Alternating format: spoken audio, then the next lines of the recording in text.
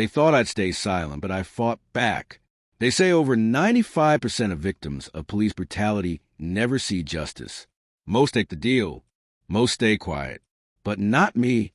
My name is Malik, and I'm about to take you into a courtroom where I stood alone.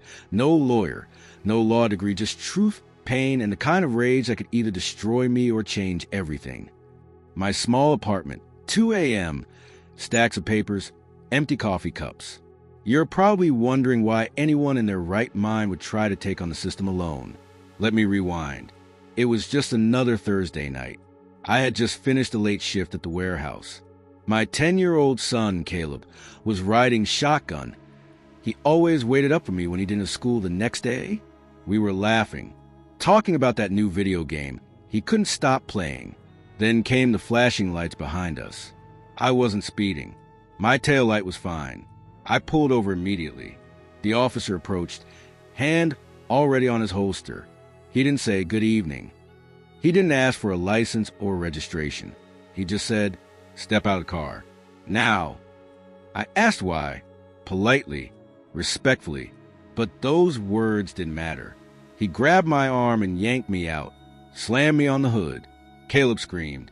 I tried to turn my head so he wouldn't see the officer punch me in the ribs. The other officer joined in, knees on my neck, elbows in my spine. I couldn't breathe. I couldn't think. But I still remember the look on my son's face. That was the moment I knew my life wasn't just mine anymore. It was his. And they tried to take that from us. A few hours later, I was in a holding cell, blood still on my shirt, wrists burning from tight cuffs. The charges? Resisting arrest, assaulting an officer, obstruction. They flipped the story, said I attacked them, said I grabbed them first. There was no mention of the body cam footage, no mention of Caleb's cries. Just lies, clean and printed in black ink on white paper. I sat next to my court-appointed attorney, a man who looked like he hadn't read my file until 5 minutes before we walked in. He leaned in and whispered, "They're offering a plea. No jail time, just probation. Take it."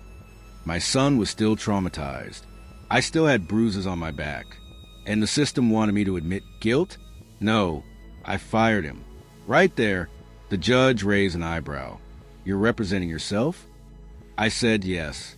That moment changed my life. Let me tell you something. There's nothing glamorous about being a pro SU litigant. No applause, no cheering fans.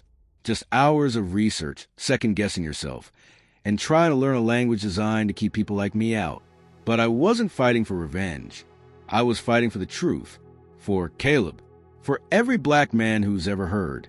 Stop resisting when all they did was breathe. Me staying up until dawn, books open, YouTube videos playing quietly, writing notes in the margins of old case files.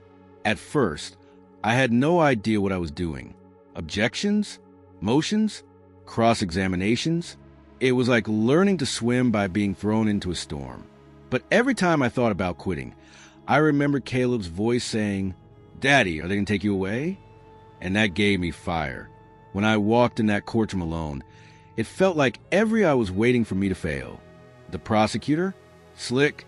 Confidence. Smiling like he'd already won. The judge? Neutral but tired. I probably thought I was wasting everyone's time. My first motion was denied. My first objection was overruled. I stumbled. I forgot the terms. I called testimony a speech. But I didn't stop, because the truth doesn't need to be perfect. It just needs to be heard. The suspect became hostile, resisted physical search, lunged at Officer Daniels. It was a lie. All of it. But unless I could prove it, that lie would stick. So I asked for the body cam footage. The officer said it malfunctioned. The department said it was deleted. But I didn't buy it. Late one night, after another failed motion, I got a message from someone anonymous. It read, "Check the backups. Internal server. They keep redundancies. It's not gone." I filed another motion the next morning. Demanded server access logs. The prosecutor objected. But this time, the judge allowed it. 1 week later, I had the footage. I cried when I watched it. There it was. Me, cooperative. Calm. The officer was screaming, throwing me, Caleb crying, me saying, "Why are you doing this? My son is here." And then the hits, over and over again. I had what they didn't expect. The truth, on tape, back in the courtroom. I hit play on the footage. Silence falls. The room watched in horror. The jury leaned forward. The prosecutor froze. The officers exchanged glances. Everything changed. The courtroom wasn't just looking at a defendant anymore. They were looking at a father, a man, a victim. And me, I wasn't scared anymore. They tried to bury me in silence, but I dug out the truth. I'm not a lawyer. I'm not a hero. I'm just a man who refuses to stay quiet. I wasn't just fighting for myself anymore. I was fighting for every name that never made it to trial, for every story that was twisted, buried, silenced. They thought I'd fold when I walked in alone. But now I have the truth. My living room, stacks of printed documents, highlighted court cases. Caleb asleep on the couch beside me. The night after that footage played in court, I couldn't sleep. Not because I was scared, because I was awake with purpose. They didn't expect me to make it this far. But now I had leverage, and I wasn't going to waste it. The body cam footage didn't just clear me. It opened a door into how deep this rabbit hole went. So I made a new plan. Step 1, expose the lies. Step 2, hold them accountable. Step 3, protect my son from ever seeing me in chains again. Courthouse records office, fluorescent lighting, paperwork chaos. I filed a discovery motion, demanded full access to the officers' records. Their lawyers objected.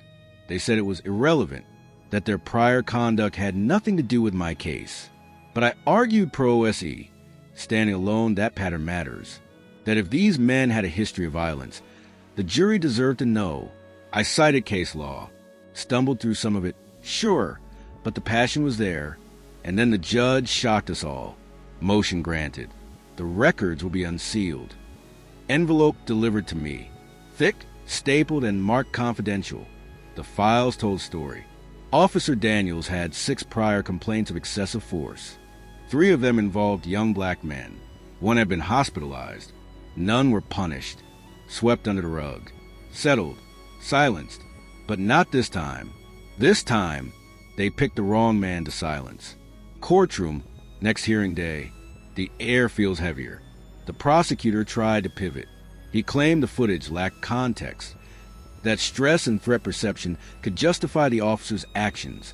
He said I fit the description of another suspect. It was desperate, but it is dangerous, because juries are human, and humans believe in uniforms. So I had to dig deeper. I watched every episode of Law and Order, every real courtroom live stream, and read cross-examination techniques late into the night.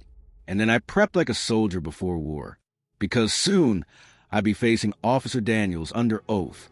Courtroom. I rise from my table, walk to the witness stand where Officer Daniels waits nervously. I looked him dead in the eyes. "Officer Daniels, would you consider yourself honest?" "Yes, sir." "Have you ever lied on a police report?" "No, not even when 6 prior complaints suggest otherwise." Objection. Overruled. He shifted, sweated. I brought up complaint number 3, the one where he fractured a man's jaw during a traffic stop. He said it was self-defense. Was there body cam footage? It was incomplete. I leaned in, like mine. The courtroom was silent. No one breathed. I wasn't a lawyer, but I didn't need to be. I had something no bar exam could give, the truth and a voice that refused to back down. I knew I needed support. So I emailed 20 civil rights law firms. Only one wrote back.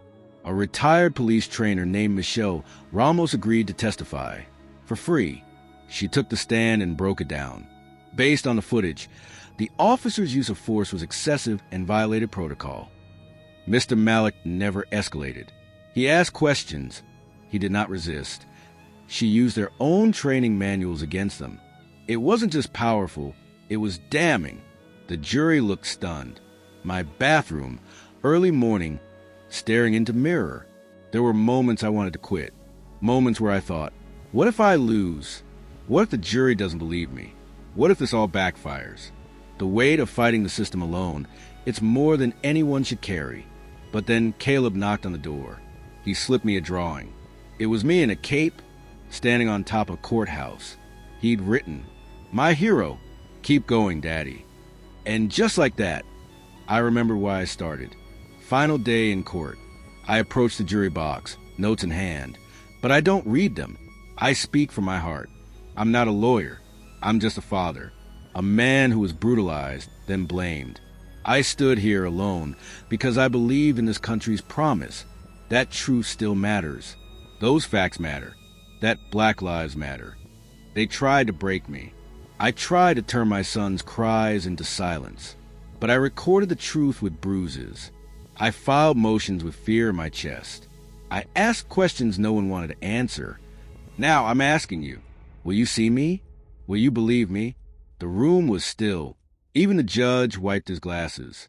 Then the jury was dismissed. My hands trembled. I held Caleb's tiny fingers in mine. The wait felt like forever. And then the bailiff returned, a folded paper in hand. He handed it to the judge. The courtroom waited, and I held my breath. In the next part, I learned the verdict.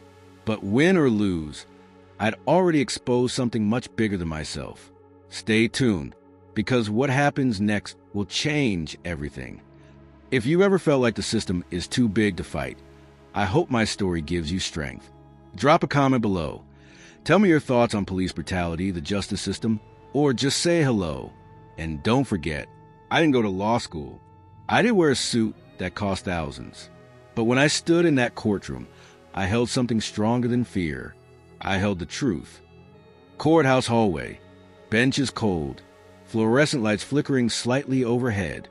They say waiting for a verdict is the hardest part. That's a lie. The hardest part is watching your son try to smile when he's scared. When he asks, "Are they going to take you away again, Daddy?" And you can't answer because you don't know. The jury had been out for 5 hours. The prosecutor kept pacing near the restroom. Officer Daniels kept avoiding my eyes. His lawyer whispered and frowned. Me? I sat quietly, tired, but I'm ready. Packed courtroom. Everyone rises as the jury files in. The forewoman handed a slip of paper to the bailiff, who gave it to the judge. Silence. Even the court reporter paused, fingers hovering above her keys. The judge cleared his throat.